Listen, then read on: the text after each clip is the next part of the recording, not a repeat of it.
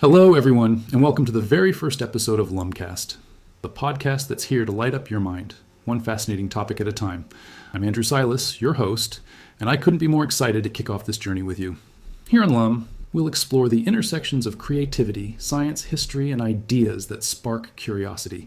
It's all about making unexpected connections and discovering new perspectives that expand the way we see the world.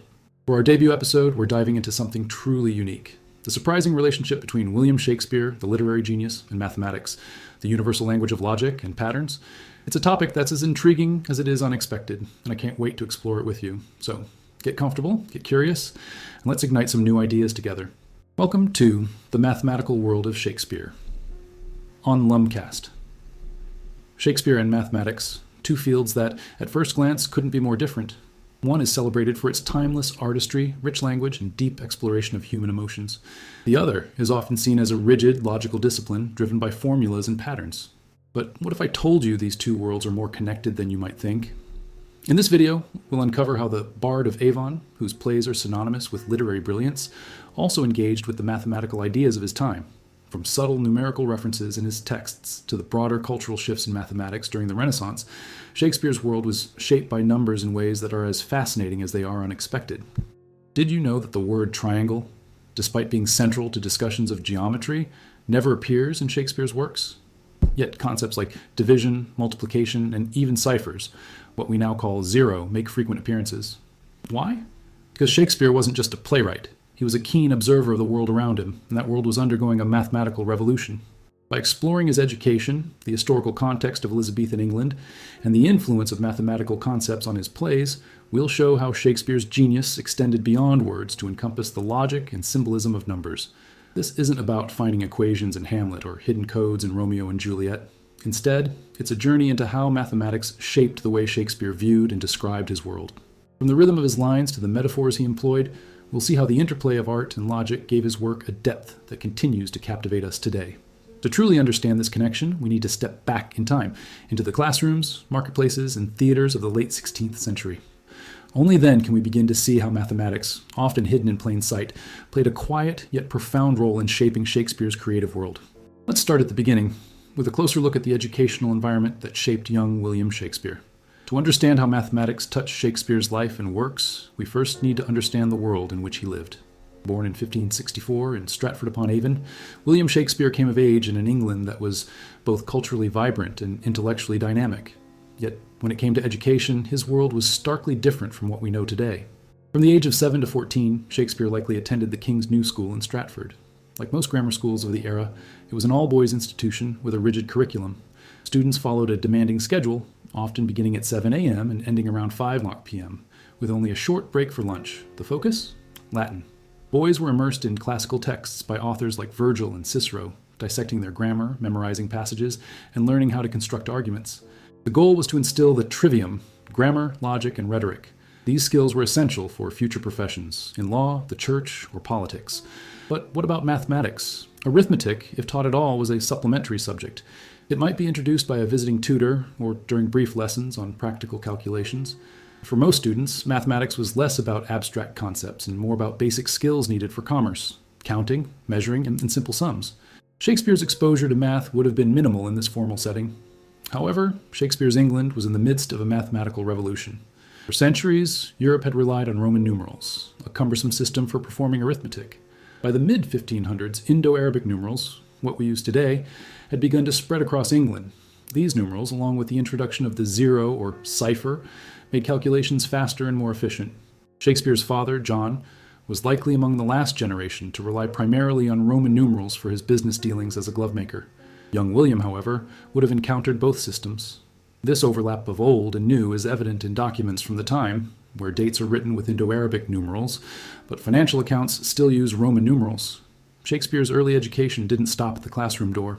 As a glover's son, he would have been exposed to the practical side of mathematics, measuring materials, calculating costs, and keeping records.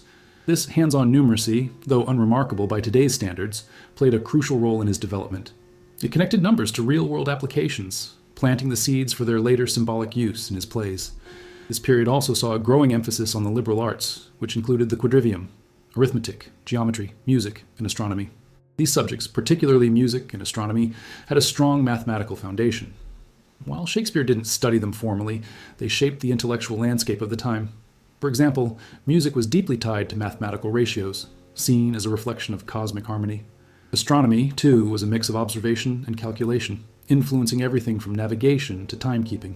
Shakespeare's works are filled with references to the stars and celestial bodies, reflecting the era's fascination with the heavens.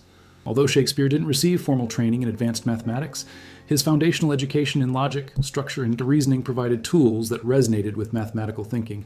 His ability to craft intricate plots, balance poetic rhythms, and employ precise numerical references suggests a mind attuned to patterns and order. From the bustling Stratford marketplace to the evolving intellectual circles of London, Shakespeare was surrounded by a world that increasingly valued numbers, not just for practicality, but as a way of understanding the universe. Next, we'll delve into how these influences manifest in Shakespeare's plays, where numbers become symbols, metaphors, and even tools for storytelling. Shakespeare's works are celebrated for their poetic brilliance and profound insight into human nature. But beneath the surface lies another layer of complexity: his intricate use of numbers. Far from being mere tools for measurement, numbers in Shakespeare's plays serve symbolic, poetic, and narrative functions, enriching the stories and engaging audiences on multiple levels. In the Elizabethan era, numbers were imbued with cultural and symbolic meaning. The number 3, for instance, symbolized balance, transformation, and the mystical. Shakespeare frequently used this number to evoke power and unity in his plays.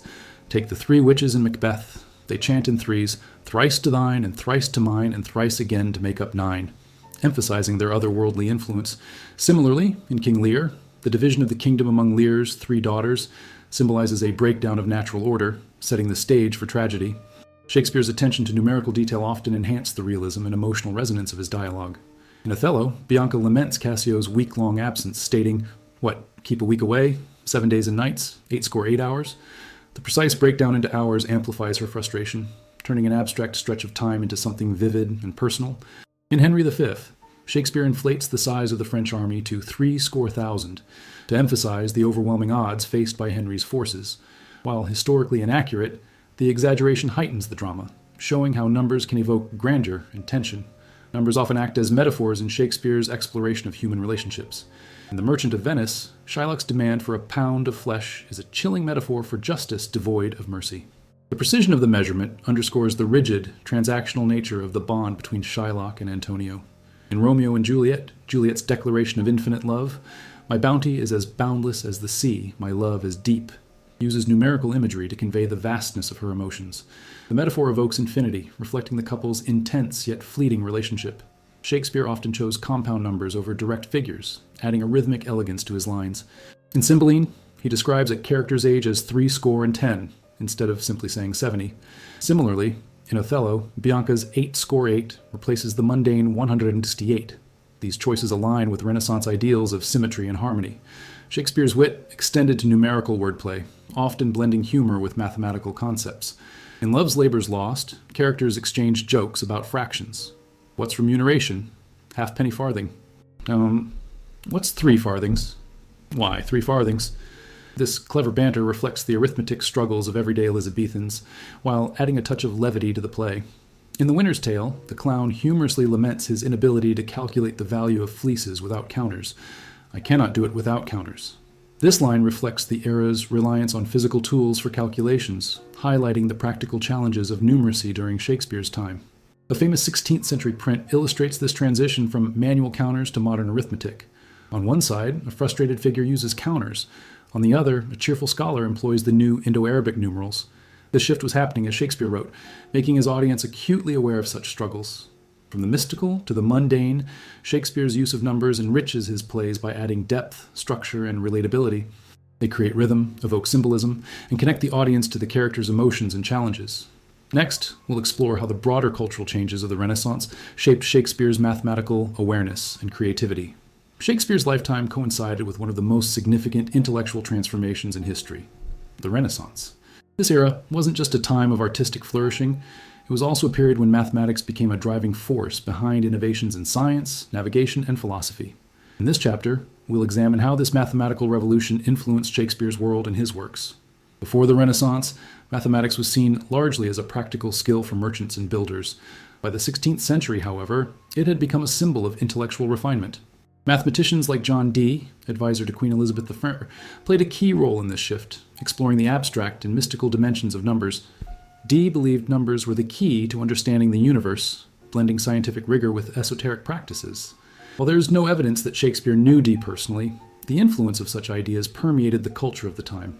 Astronomy, which was deeply mathematical, captured the imagination of Renaissance thinkers. Tycho Brahe's precise measurements of the stars and Galileo Galilei's telescopic discoveries, like the moons of Jupiter, were groundbreaking. Shakespeare's works reflect this celestial fascination. In Romeo and Juliet, the lovers are described as star-crossed, highlighting the belief in cosmic forces shaping human destiny. In Cymbeline, the god Jupiter descends, while 4 ghosts circle a character, possibly referencing Galileo's observation of Jupiter's moons. The number 7 held particular significance in Renaissance thought, symbolizing perfection and order. It appeared everywhere, from the 7 liberal arts to the 7 planets of Ptolemaic astronomy. Shakespeare invokes this symbolism in As You Like It, with the 7 ages of man, using the number to frame life's journey. The Renaissance also marked a shift toward applying mathematics in practical ways. John Napier's invention of logarithms in 1614 simplified complex calculations, aiding navigation and astronomy. Shakespeare's audience would have been familiar with such advancements, as well as the growing standardization of tools like rulers and clocks. Timekeeping, for example, transitioned from reliance on bells and sundials to mechanical clocks. In Macbeth, a character remarks, "The moon is down, I have not heard the clock," reflecting the auditory nature of time perception in Shakespeare's era. Theater design also benefited from mathematical principles. The Globe Theater, where many of Shakespeare's plays were performed, utilized geometric precision to optimize acoustics and sightlines. This marriage of art and science made the theater a microcosm of Renaissance ingenuity. The mathematical revolution of the Renaissance wasn't just a backdrop to Shakespeare's life, it actively shaped the intellectual and cultural landscape in which he worked. The blending of science, mysticism, and practicality created a fertile ground for creativity, one that Shakespeare drew from to craft his timeless works. In the next section, we'll look at how these broader cultural changes filtered into the daily lives of Elizabethans and ultimately into Shakespeare's plays. While mathematics may seem abstract today, it was an essential part of daily life in Elizabethan England. From currency to timekeeping, numbers shaped how people navigated their world. These practical applications of mathematics, deeply familiar to Shakespeare and his audience, found their way into his works, grounding them in a relatable reality. The Elizabethan monetary system was as intricate as it was indispensable. The basic unit of currency was the penny, abbreviated as D for denarius. 12 pennies made a shilling, and 20 shillings made a pound. This combination of base 12 and base 20 arithmetic required sharp numeracy skills, especially for merchants and traders. Shakespeare incorporated this complexity into his plays with wit and precision. In Love's Labour's Lost, characters exchange playful banter about fractions. What's remuneration? Halfpenny farthing. What's 3 farthings? Why, 3 farthings. Such moments, though humorous, reflected the everyday arithmetic challenges of Elizabethans, making the humor accessible and engaging for audiences. Timekeeping in the Elizabethan era relied more on sound than sight. Mechanical clocks were rare and often lacked minute hands, leaving bells, sundials, and hourglasses as the primary tools for tracking time. In Macbeth, when Banquo says, "The moon is down, I have not heard the clock," he underscores this reliance on auditory cues. Plays were also billed as taking a specific amount of time, such as the 2 hours traffic of our stage, mentioned in Romeo and Juliet. These references reveal the communal understanding of time as fluid, rather than strictly measured. Markets and trade required tools for measuring goods like fabric, grain, and other commodities. Rulers marked with inches and feet were common, but their precision was often questionable. A 16th century ruler recovered from the Mary Rose ship reveals uneven markings, demonstrating the era's rudimentary measurement standards. In The Winter's Tale, Shakespeare humorously captures the arithmetic struggles of common folk. The clown character bemoans his inability to calculate the value of fleeces without counters, saying, "I cannot do it without counters." This comic moment reflects the real challenges of transitioning from physical counting tools to mental calculations, a shift many Elizabethans faced. From buying goods to organizing workdays, numeracy was a survival skill in Shakespeare's England. These practical applications of mathematics shaped the culture and provided a relatable framework for Shakespeare's plays. By referencing money, time, and measurements, he anchored his works in the everyday realities of his audience. Next, we'll explore how Shakespeare transcended these practical uses of numbers, employing mathematical concepts to explore cosmic themes and mystical ideas. In Shakespeare's era, numbers carried more than practical significance. They symbolized the universe's order and mysteries. Renaissance thinkers saw mathematics as a bridge between the physical and the spiritual, and Shakespeare's works reflect this intertwining of cosmic imagery and mathematical mysticism. The Renaissance worldview was shaped by the idea of the music of the spheres. This concept, rooted in ancient Greek philosophy, held that the planets moved in celestial harmony, creating a divine symphony that human ears couldn't hear. Shakespeare alludes to this idea in The Merchant of Venice, where Lorenzo poetically describes the stars. There's not the smallest orb which thou behold'st, but in his motion, like an angel sings. By linking celestial movements to music, Shakespeare taps into the Renaissance belief that the universe was governed by mathematical harmony, a blend of science and spirituality. The stars were more than distant objects in Shakespeare's time. They were believed to influence human destiny. This fusion of astronomy and astrology finds expression in his plays, particularly Romeo and Juliet. The lovers are described as star-crossed, suggesting that their tragic fate is written in the heavens. Astronomical discoveries of the time, such as Galileo's observations of Jupiter's moons, may have influenced Shakespeare's imagery. In Cymbeline, the god Jupiter descends, while four ghosts orbit a sleeping character, a striking parallel to Jupiter and its four largest moons, discovered shortly before the play was written. 7 was a number of immense symbolic importance during the Renaissance. It represented completeness and was associated with the 7 planets, the 7 liberal arts, and the biblical 7 days of creation.